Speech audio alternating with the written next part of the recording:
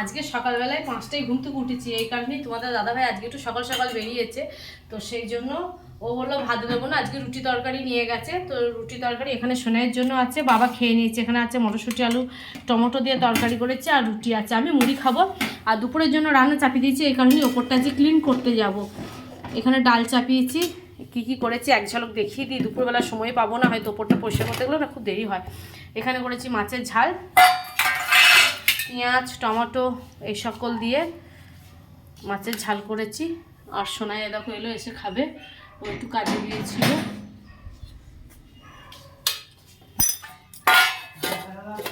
খেতে দিচ্ছি, দাঁড়া বাবা। আর এখানে বাবা পুঁটি মাছ এনেছিল, পুঁটি মাছ দিয়ে আলু দিয়ে সর্ষে দিয়ে ঝাল করেছি। ঝালটা একটু মাখা মাখা করেছি, এ দেখো। আর এই তরকারিটা আমি দুবেলাকার বানিয়ে রেখে দিয়েছি, এটা রাতের আর এইটা হচ্ছে যে দিনের বেলায়। কেননা আজকে রাত্রেবেলায় রুটি বানাবো, আর তার সাথে একটুখানি দুধ পিঠে বানানোর ইচ্ছা আছে। শীত তো চলেই গেল, দুধ পিঠাটা আমাদের খাওয়া হয়নি, তাছাড়া সব খাওয়া হয়ে গেছে। তো চলো তোমাদের সাথে দেখা হচ্ছে আরেকটা ভিডিওতে।